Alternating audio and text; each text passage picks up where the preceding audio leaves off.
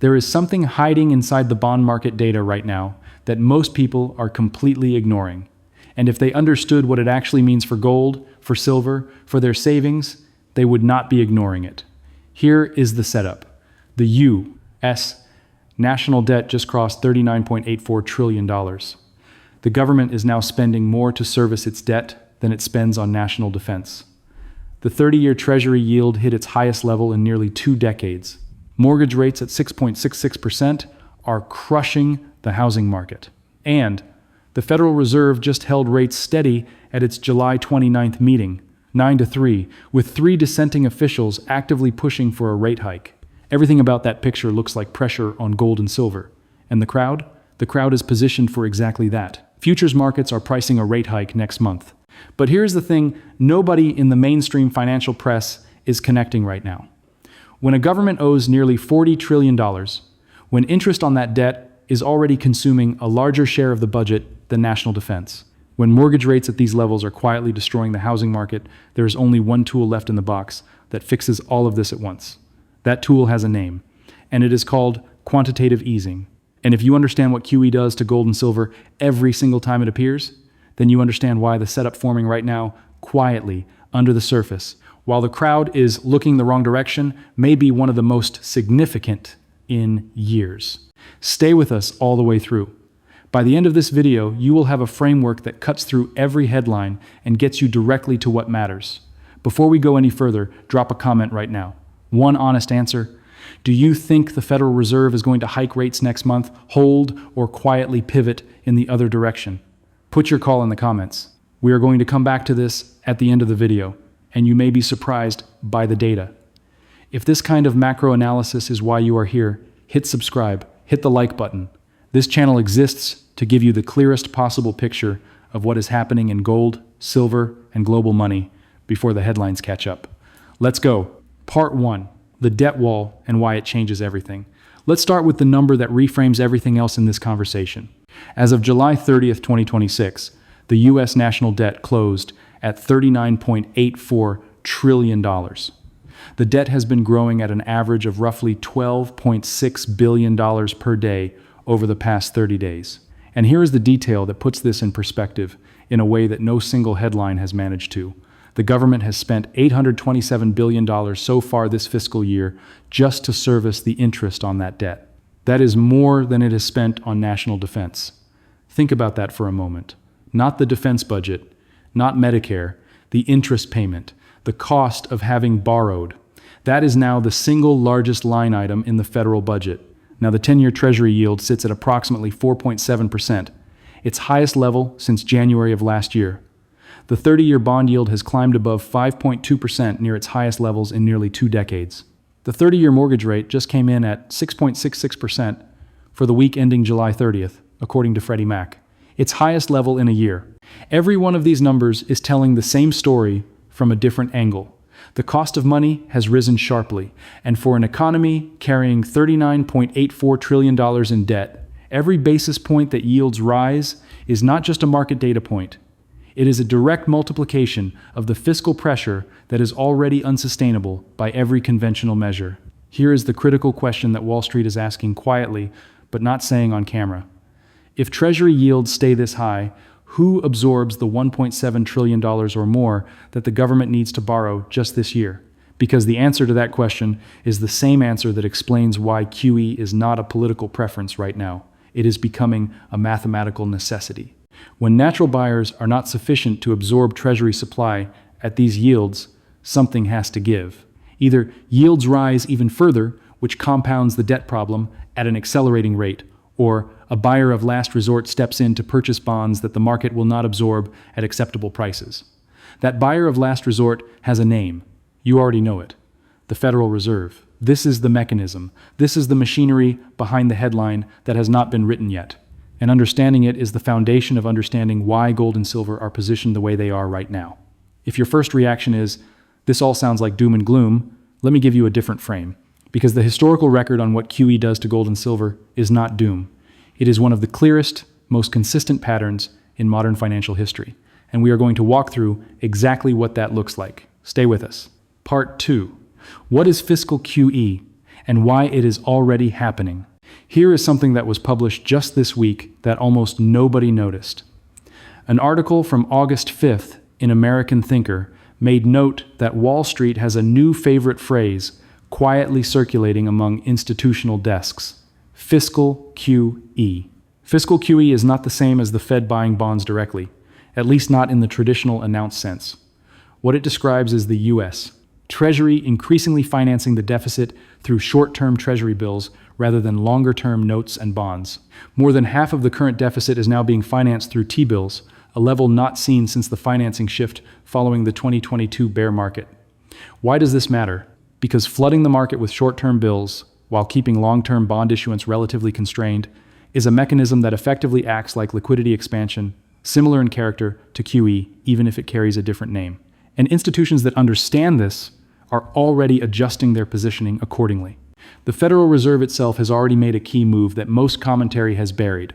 The Fed stopped its quantitative tightening program, the process of shrinking its balance sheet in December 2025. That shift, from actively removing liquidity to stopping that removal, is an inflection point. The Fed's balance sheet currently sits near $6.6 trillion after peaking near $9 trillion in 2022. The active contraction has stopped, and the Fed has already shown its willingness to inject reserves when stress appears, having drawn on roughly $50 billion in repo backstops when funding pressure surfaced. Those operations are not called QE, but they function like QE. They inject liquidity, they expand reserves, and they act as a tailwind for gold and silver, whether or not anyone on television acknowledges that that is what is happening. Here is the direct connection, and this is the line that matters most for precious metals investors. Every time in modern history that the Federal Reserve has shifted from balance sheet contraction to balance sheet expansion, even quietly, even without an official announcement, gold has rallied in the months that followed. Not always immediately, but consistently. The Fed stopped QT in December 2025. Gold had already run to its all-time high in January 2026. The correction since then has happened against a backdrop where the QT machine has already been parked. And the fiscal math driving the next expansion of liquidity has not gone away, it has gotten worse. Part 3, the trap the Fed cannot escape. Now, let's talk about the actual decision that the Federal Reserve faces right now, because this is the part where the mainstream narrative breaks down completely if you look at the real numbers. At its July 29th meeting, the FOMC voted 9-3 to hold rates at 3.50% to 3.75%. 3 dissenting members voted for a rate hike, and futures markets are currently pricing a meaningful probability of a September hike. On the surface, that sounds hawkish. Higher rates, tighter policy, headwind for gold. That is the consensus narrative. But here is what the consensus narrative is not accounting for. The Fed is now operating in what analysts are beginning to describe as a fiscal dominance environment. Fiscal dominance is the condition where the debt burden has grown so large that the central bank's ability to conduct independent monetary policy becomes constrained by the government's financing needs. In plain language, you cannot raise rates aggressively when the government owes nearly $40 trillion and is already spending more on interest than on defense, because every rate hike compounds that interest burden. Every rate hike increases the amount the Treasury needs to borrow to cover its existing obligations. Every rate hike makes the fiscal spiral worse, not better. The 30-year Treasury bond yield just surged above 5.24%, according to CNBC from July 31st. Fed officials who dissented in favor of a hike cited the need to fight inflation, but the bond market is already doing the fighting for them, and the collateral damage from where those yields sit right now is already showing up in real economic data. 30-year mortgage rates at 6.66% have frozen the housing market. Construction spending fell in June. Mortgage applications have dropped to multi-month lows. Refinancing activity slid 9.9% in the most recent week, hitting its lowest point in 13 months. Here is the political dimension that the mainstream will not say out loud. A government that committed to lower rates for ordinary Americans is watching 30-year mortgages climb back toward the highest levels in over a year. Interest costs on the national debt are already consuming more of the federal budget than defense. If the Fed raises rates into this environment, it does not fix inflation. It breaks the housing market and accelerates the fiscal spiral. The trap is real. Raise rates and the fiscal math collapses faster. Hold rates and inflation remains sticky. The only path that squares this circle over the medium term, the one that brings down long-term borrowing costs while managing the debt load, is the same path the Fed has taken twice before in the modern era. More liquidity, more balance sheet expansion, more of what the market has already started calling, in the data, if not in the press releases, Fiscal QE.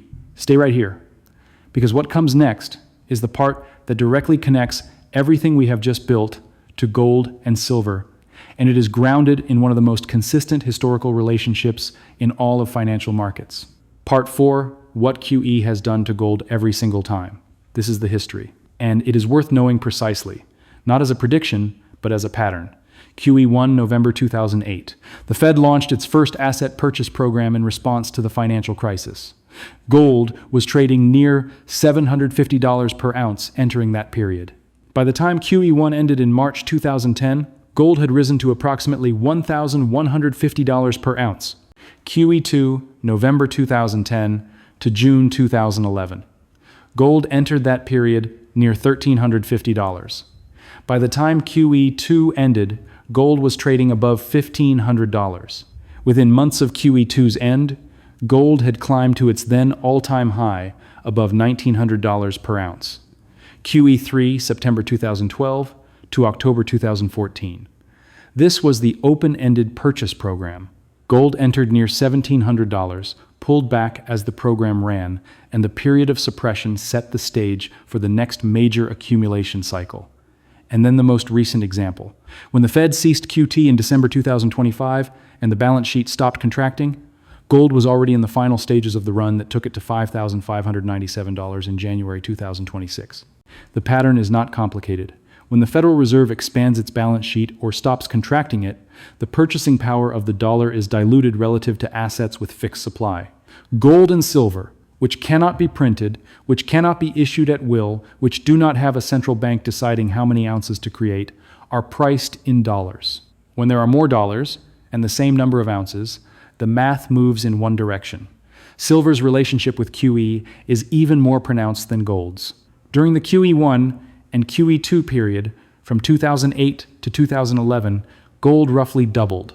Silver went from approximately $8 to over $48 per ounce, a move of approximately 500% over the same period.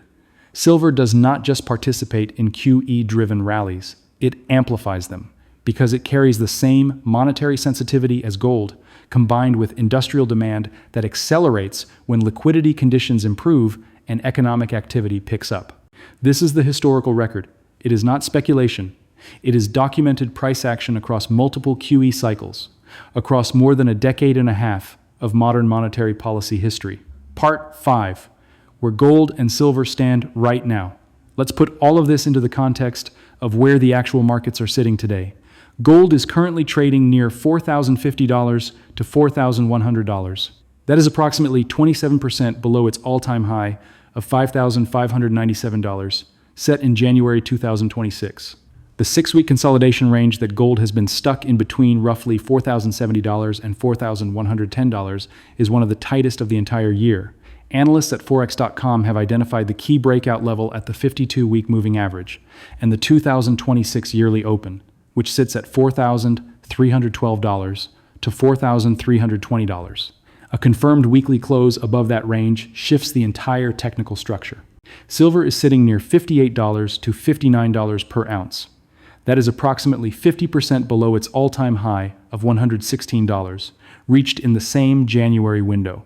The Silver Institute has confirmed 2026 as the 6th consecutive year of structural supply deficit in silver, meaning global demand has exceeded global supply for 6 years running without a single break.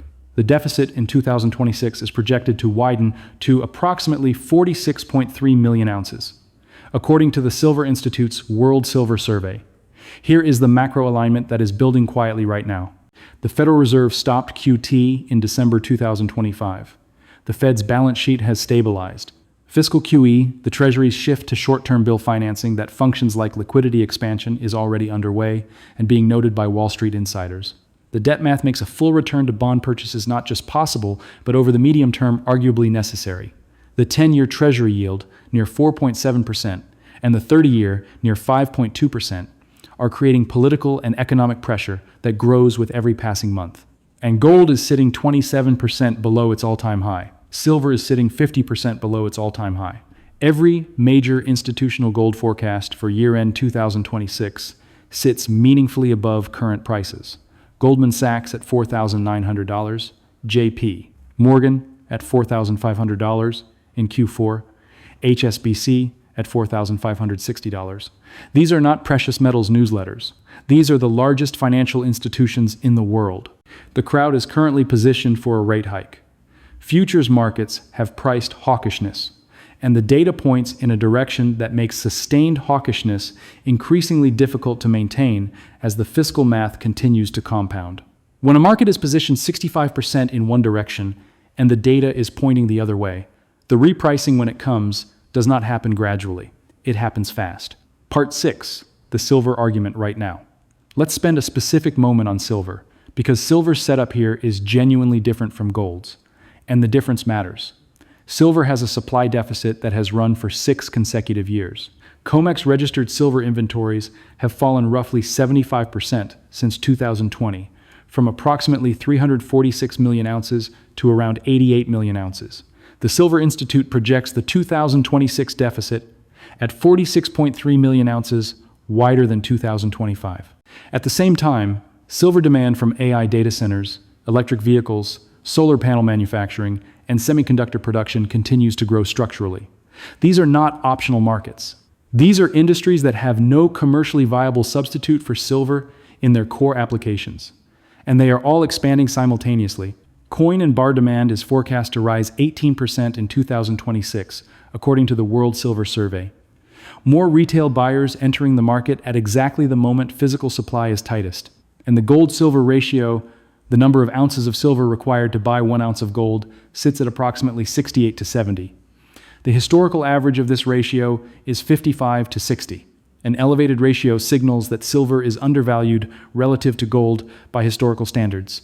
And historically, when QE environments return, the ratio compresses, meaning silver outpaces gold in percentage terms as both metals move higher. In the QE1 through QE2 period, silver outperformed gold by a factor of roughly 3 to 1 on a percentage basis. If even a fraction of that historical relationship repeats in the next QE-driven environment, and the structural supply deficit provides an additional engine of demand that did not exist in previous cycles, to the same degree, then silver's position right now is unusual. 50% below its all-time high, 6th consecutive year of structural deficit, industrial demand growing from sectors that cannot easily substitute, gold-silver ratio above historical average, and the monetary force that has driven silver's largest historical moves, QE, is the exact mechanism that the fiscal math is quietly pushing back toward. This is not a promise about future prices. It is a convergence of documented patterns and verified current data. The framework is solid. The timing remains uncertain. That is honest, and that is the truth. Let me bring this home with the thought that every part of this analysis has been building toward. The question is not whether QE returns. The question is when, under what name, and how explicitly it is announced before the market has already priced it. The Federal Reserve has already stopped contracting its balance sheet.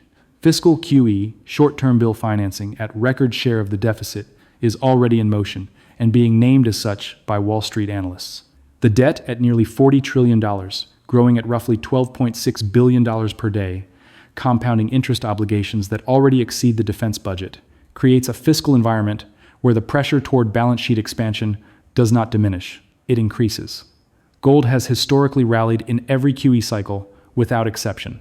Silver has historically outperformed gold in every QE cycle, with a supply deficit backdrop that is structurally stronger now than at any point in previous cycles. Both metals sit well below their January 2026 all-time highs at exactly the moment the macro conditions that drove those highs are building again from the foundation up. This is the framework. These are the verified numbers. The rest is time and patience. The serious question to sit with is not whether this setup is real. It is whether your understanding of what is happening is clear enough to hold through the noise, through the headlines, through the short-term volatility, through the confusion that always precedes the move that everyone later says was obvious. It is always obvious in hindsight. It is rarely obvious in the moment. That is why you are here. And that is why we will keep tracking every data point, every Fed signal, every yield move, and every development in the supply and demand picture for gold and silver right here, clearly and ahead of the curve. Thank you for watching. Subscribe if you are not already. Drop your comment below. I want to know, do you think the next big move in QE is closer than most people realize? What is your read on the Fed's next step? That is all for today. We will see you in the next one.